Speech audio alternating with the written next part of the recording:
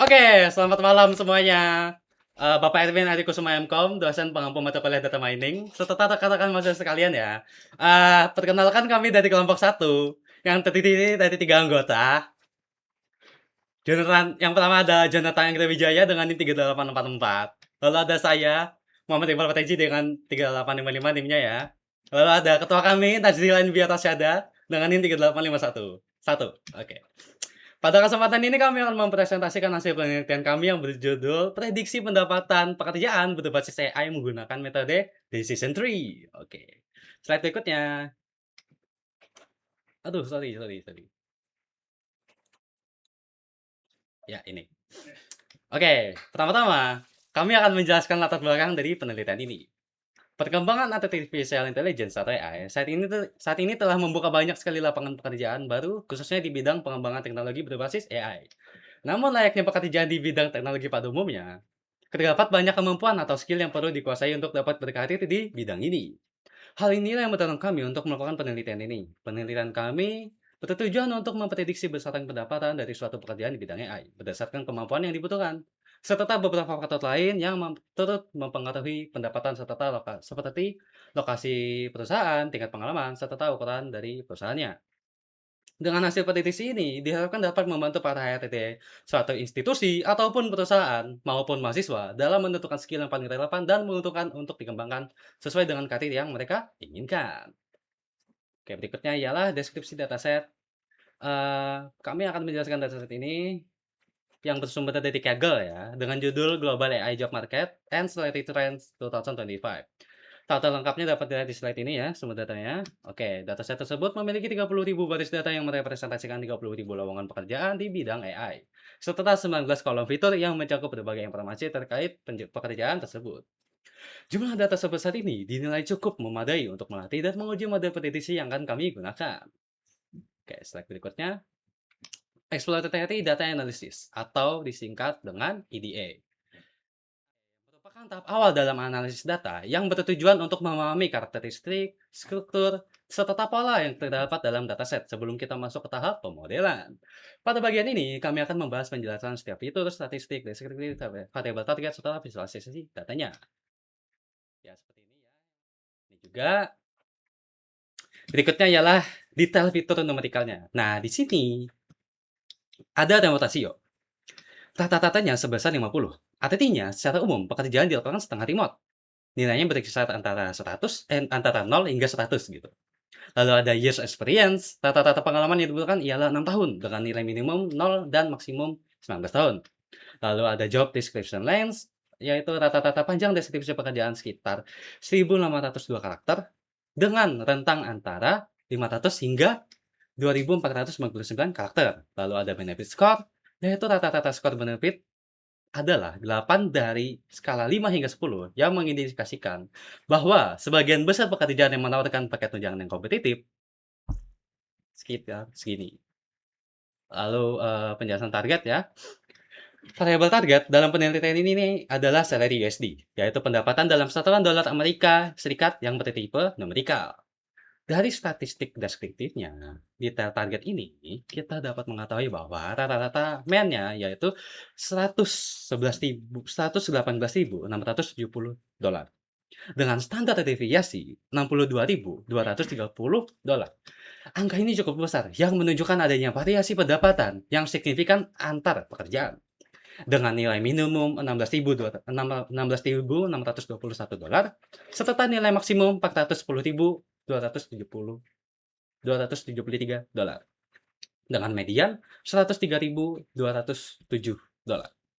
Rentang pendapatan yang sangat lebar ini mencerminkan kompleksitas pasar kerja AI secara global dan menjadi tantangan tersendiri bagi model prediksi kami. Oke, ke slide berikutnya yaitu visualisasi data ya. Sorry. Jadi, pada saat ini kita dapat lihat target banyak menumpuk di sekitar range 50.000 sampai dengan 130.000 ya. Dan dapat dilihat target tersebut cenderung right skewed karena nilai MEN-nya lebih besar dari median serta lebih besar dari modusnya. Slide berikutnya. Oh ya, ini untuk distribution of salary USD lah ya. Untuk median salary by experience level di sini Eee, untuk 10 median, sorry,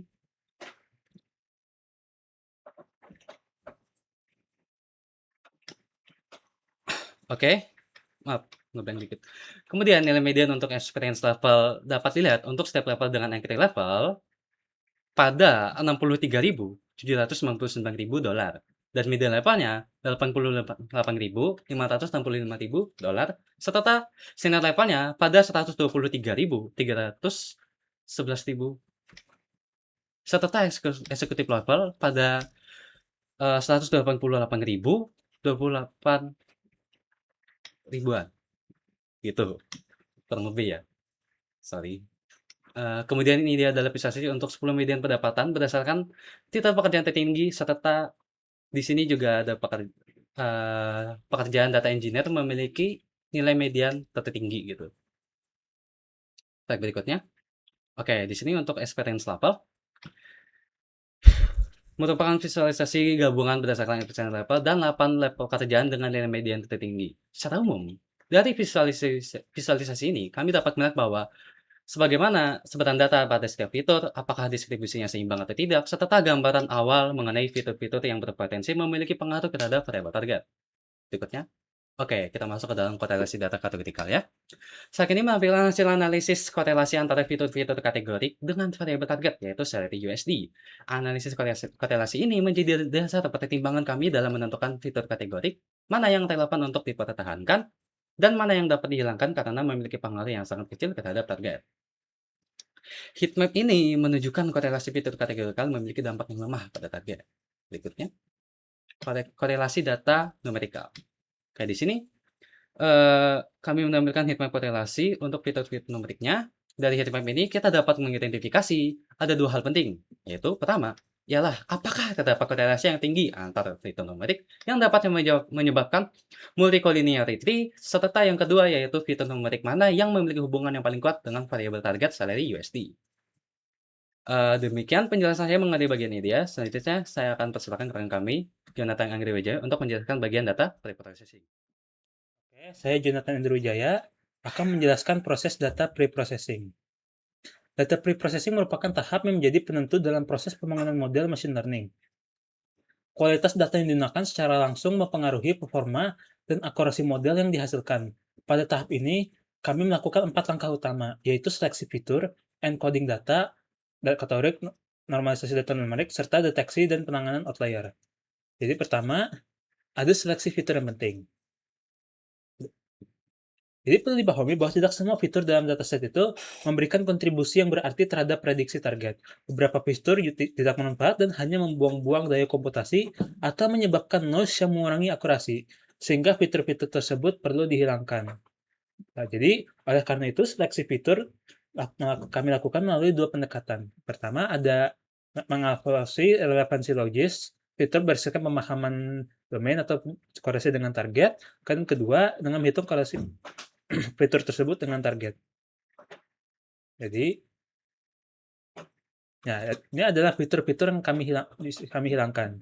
Pertama, ada posting date, application deadline, dan employee residence. Di sini kami anggap tidak ada berpengaruh, karena posting date itu hanyalah tanggal kapan lowongan pekerjaan itu dibuat, dan application date itu kapan lowongan tersebut habis. Sedangkan employee residence ini hanyalah tempat tinggal di mana pekerja tersebut berada. Dan banyak pekerjaan tersebut adalah pekerjaan remote atau yang bekerja dari internasional. Jadi, di tempat tinggal di mana pekerja berada itu kurang begitu penting menurut kami. Kemudian ada job description untuk fitur numerikal, ada job description. Ini hanyalah fitur yang menentukan seberapa panjang teks dalam lowongan pekerja tersebut. Jadi misal dalam postingan LinkedIn, itu kan banyak teks ya. Nah, job description link itu hanya menentukan seberapa banyak karakter yang ada di situ. Kemudian ada encoding. Maaf. Encoding. Jadi, model machine learning tidak dapat memproses data dalam bentuk teks secara langsung. Mereka hanya bisa menerima dalam bentuk angka, seperti binary atau numerik. Oleh karena itu, seluruh fitur kategorik perlu dikonversi ke dalam bentuk numerik. Kami menggunakan 2 metode encoding yang berbeda, yaitu pertama metode label encoding, yaitu mengubah tiap-tiap kategori menjadi angka, misal ABC menjadi 1, 2, 3. Ya, jadi label encoding diterapkan pada fitur job title, experience level, employment type, company location, company size, education required, industry, dan company name. Dan kemudian ada metode binary encoding. Binary encoding ini membuat semua kolom pada disitu jadi hanya binary 0101. Jadi ini menghindari ordinalitas. Jadi tidak ada urutan yang kami aplikasikan pada fitur required skill. Kemudian ada normalisasi data numerikal. Jadi, karena penelitian ini menggunakan algoritma decision tree yang merupakan sebuah algoritma berbasis tree, maka normalisasi data tidak diperlukan.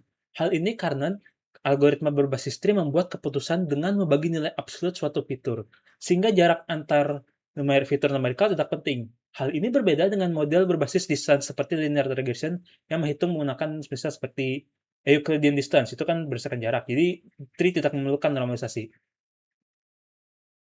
Kemudian ada deteksi outlier pada fitur numerikal. Nah, outlier ini adalah nilai yang sangat di luar jangkauan rata-rata nilai lainnya. Jadi, untuk deteksi outlier pada fitur numerikal, kami menggunakan metode IKR atau interquartile range. Jadi rumus IKR seperti ini. Pernah Pak kita hitung dulu Q1-nya, itu nilai median dari setengah data atas. Kemudian, jadi dataset itu dibagi dua dulu, kemudian kita hitung nilai median bagian atas. Kemudian Q2-nya sama, tapi kita hitung nilai median data bagian bawah. Kemudian IKR-nya itu adalah salah tulis ini seharusnya ini Q3 sih. Jadi Q3 kurang Q1. Kemudian min ini adalah batas bawahnya, yaitu Q1 kurang 1,5 dikali IKR. Kemudian nilai batas maksimumnya Q3 ditambah 1,5 dikali IKR.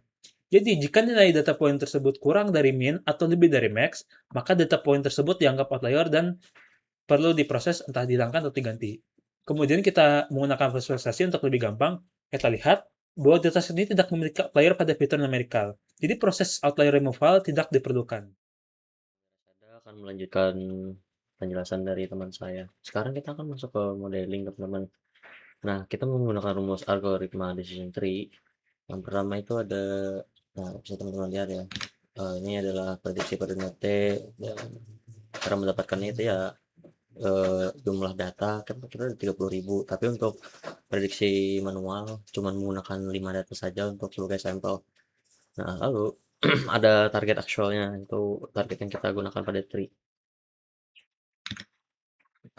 Sini ada rumus error. Ya, kita perlu dapetin errornya nanti actual dikurang bukan prediksi pada node dikurang target actualnya nanti. Pembagian pohon left dan right gitu cara dapetin node-nya. Menghitung weight-nya setelah kita split left and right.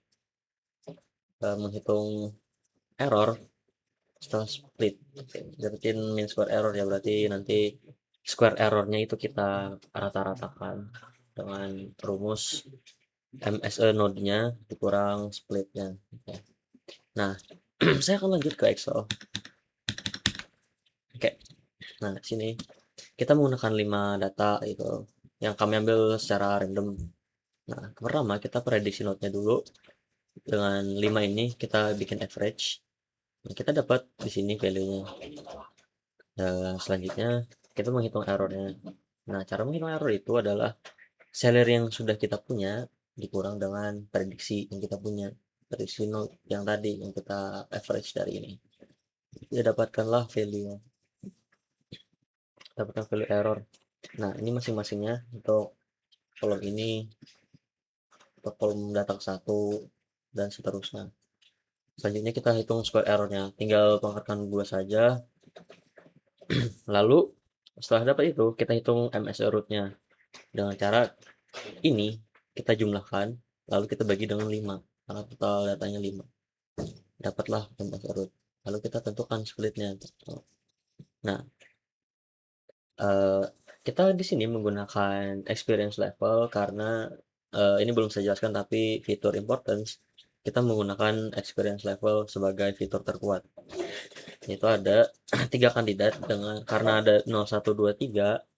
Nah, di sini kita menggunakan 3 threshold, 0 tambah 1, 1 tambah 2, 2 tambah 3, kita menemukan 3 threshold. Nah, kita gunakan untuk menguji yang pertama, kedua, dan ketiga. Kita cari yang mana yang gain-nya yang paling besar. jika gain-nya paling besar, maka kita akan menggunakan threshold itu untuk membangun sebuah tree. Nah, untuk threshold experience level yang lebih kurang dari sama dengan 0,5, karena data kedua, yaitu yang ini ya, data kedua itu experience levelnya kurang dari 0,5 kan. Nah, jadi kita pilih ini untuk left node-nya.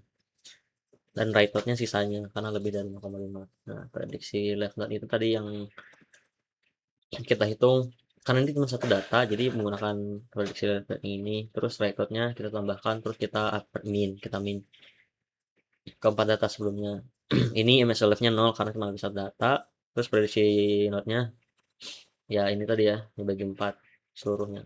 Terus hitung errornya, kita dapatkan lah ya, segini, dan score errornya dapat segini dari ini kan dikurang prediksi node-nya ini. Kita lanjut aja ke right. Ini dari square error kita rata-ratakan ya. Nah, MSE itu n left, karena MSE left-nya 0, jadi kita nggak usah hitung n left-nya lagi. Yang left kita hitung yang right aja, karena ini 4/5 ya tadi kan, 4 dari 5 ada di right dikali MSE right-nya ini. Dan kita dapatkan weighted MSE-nya ini. Nah, untuk mencari gain-nya untuk 0,5, nah, untuk mendapatkan gain dari weighted MSE, yaitu MSE root kita dikurang dengan weighted MSE. Kita dapatkan value gainnya untuk 0,5. Terus selanjutnya kita masuk ke ini kan kita udah dapat nih gainnya 0,5. Kita lanjut ke 1,5 yang thresholdnya. Nah, yang left node kita ada 2 dan 3 karena ini lebih dari 1,5 kan, ini dan ini kurang dari 1,5. Maka dari itu thresholdnya yang left node itu 2 dan 3. Nah, selanjutnya prediksi left node dulu, data 2 dan 3 kita tambah terus kita bagi 2, dan ini 3 data sisanya kita bagi 3 sama kayak sebelumnya. Errornya kita dapat dari salary USD dikurang prediksi left node atau right node. Nah, yang left dulu, jadi kita dapat square error ini di square errornya dapat MSLF itu average dari square error. Ini sama ya value-nya, jadi min-nya juga sama. Melakukan hal yang sama, lalu kita masuk ke ini yang lebih penting, weighted MSE-nya. Ini kan tadi kan 2/5 dikali MSE left-nya. Ini 1, 2, terusnya. Nah, dapatkanlah value ini. Nah, dikurang lagi MSE root, dikurang weighted MSE. Kita dapat value segini. Jadi ini lebih besar daripada yang sebelumnya. Jadi 1,5 lebih bagus sebagai split. Nah, ada satu lagi yaitu 2,5. Yang kurang dari sama dengan 2,5 itu cuman ini ya, ada data kedua, ketiga, dan ke-5. Oke. Nah, 2, 3, dan 5, right node-nya 1 dan 4. Kita prediksi lokalnya sama seperti sebelumnya, saya tidak perlu capek menjelaskan ya. Ini salary USD-nya dibagi 3 untuk data 2, 3, 5. Ini juga sama, 1 dan 4 bagi 2. Average ya. Errornya sama, kita dapetin dari seperti sebelumnya. Yang penting tuh di sini kita kan ini kan 3/5 dikali MSLF-nya ditambah 2/5 dikali MSRI, dapat weighted MSR-nya. Lalu kita hitung gain. Nah, di sini dari 3 perbandingan ini gain-nya untuk 2,5 itu lebih besar. Nah, jadi best split nih itu ada di 2,5. Jadi untuk split pertama kita dapat ini ya, pohon pertama kita. Itu ini rootnya yang kita hitung tadi awal-awal, terus ini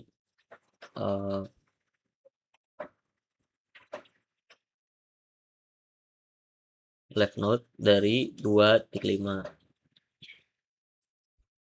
ini ya teman, 2.5. Untuk left node-nya berarti 2, 3, dan 5, right node-nya 1 dan 4. Nah, karena threshold terbaik itu 2.5. Nah, kita bisa lanjut lagi. Ini tuh masih bisa dibagi. Ini udah tidak bisa karena ini experience levelnya sama dengan 3. Bisa, tapi menggunakan fitur lain seperti employment type mungkin. Jadi tidak menggunakan experience level lagi untuk fitur membaginya, splitnya. Nah, ini bisa, ini masih bisa karena ada 0, 1, 2. Nah, ini kita hitung lagi sebenarnya. Ini lebih jelas di laporan ya. Ini kami hitung sendiri. Nah, di sini kan ada thresholdnya 0,5 dan 1,5. Perhitungannya sama. Gainnya sekitar berapa ya? 815 juta gitu. Untuk yang 1,5 sekitar 1 miliar gitu. Nah, base splitnya itu ada di 1.5 karena dia lebih besar daripada gain ini. Pokoknya rumusnya itu gain yang terbesar dari threshold bakal dipilih sebagai split. Nah, kalau digabung dengan yang node 1 dan 2 dan 3, maka hasilnya itu seperti ini. Hasil terinya. Ini cuman baru 5 node karena sebenarnya ada 1.500-an node karena untuk data kami cukup besar, yaitu 30.000 data ya. Oke, itu adalah perhitungan manualnya. Nah, untuk di DS3 di orange itu parameternya ada industrial tree, terus min sample list-nya ada 5, split dan depth-nya ada 10. Nah, kita masuk aja. Nah, ini CSP-nya kami select kolom yang nggak penting. Terus data table ini sebelum diapa-apain ya. Terus kami tes, kami split 2 trend dan tes. Lalu kami gunakan tes, kami mencoba learner-nya itu 3, grand boosting, tree, dan random forest. Sebenarnya yang paling bagus itu kalau kita buka, kalau dibuka itu yang terbagus itu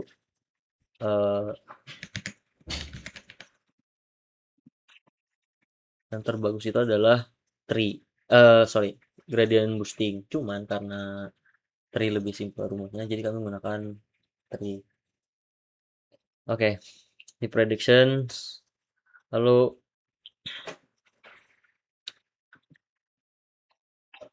mau ngulang aja nggak? Kada optimal banget anjir. Oke, kita tunggu dulu bentar.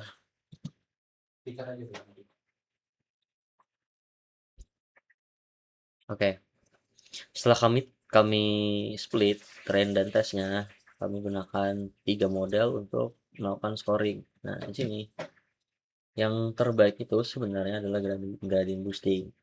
Cuman karena penelitian kami menggunakan tree, jadi kami menggunakan perbandingan saja.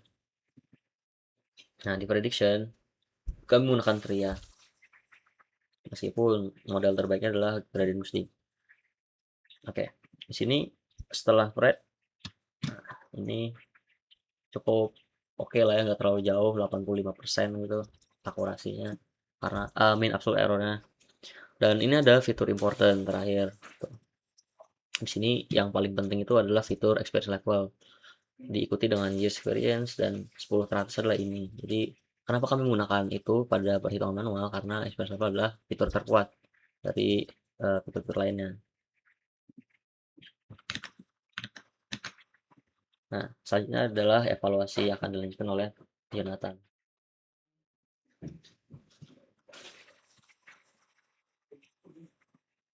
Jadi evaluasi ini adalah untuk mengukur seberapa kemampuan model setelah dibuat.